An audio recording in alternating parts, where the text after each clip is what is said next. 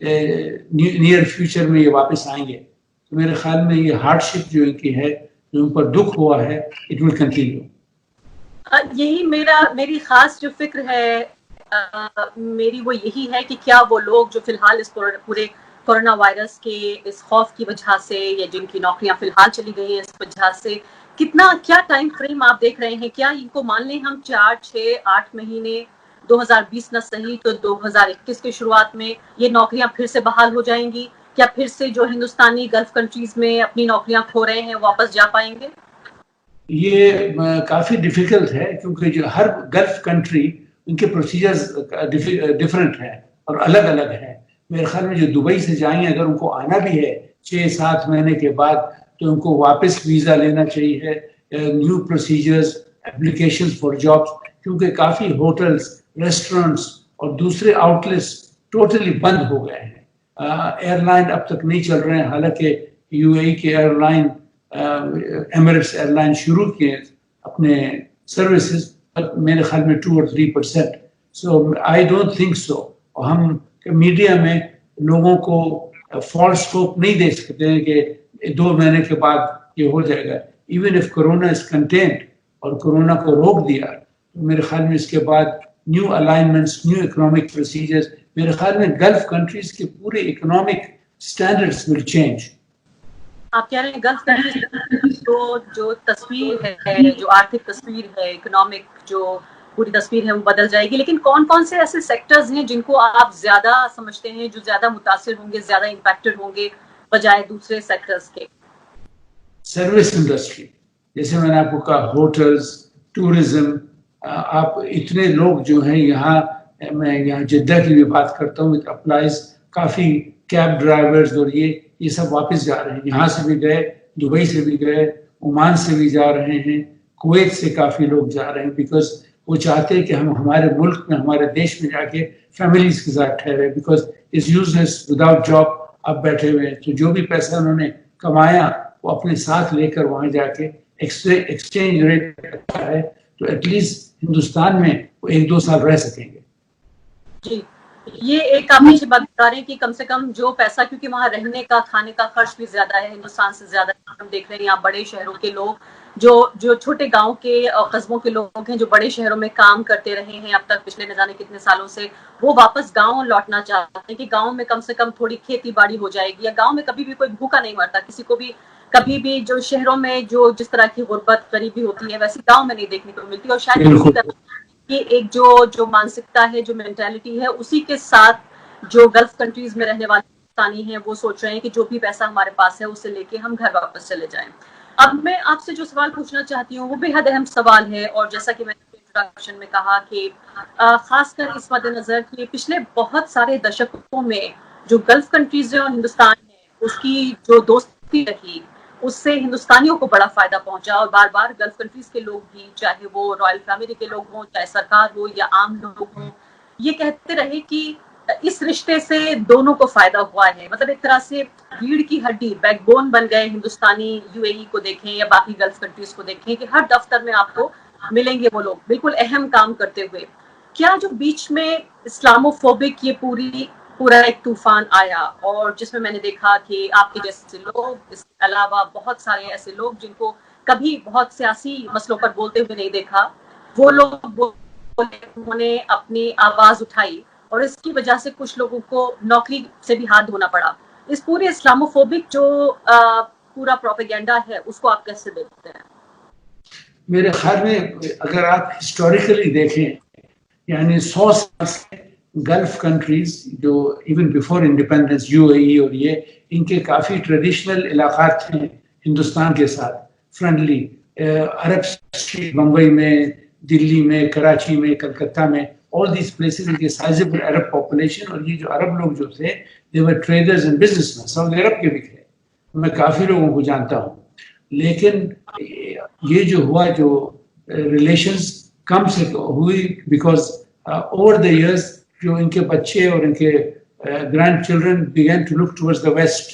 تو ایک یہ لیسننگ آف ٹائز. دبئی میں کافی اسٹرانگ ریلیشنز تھے یو اے کے ساتھ, عمان میں. لیکن جو اسلاموفوبیا ہوا، میں آپ سے صاف صاف بات کرتا ہوں، زندگی میں میں نے اتنے ہیٹریڈ اور یہ میلیشیس اٹیکس ہمارے پر نہیں ہوا.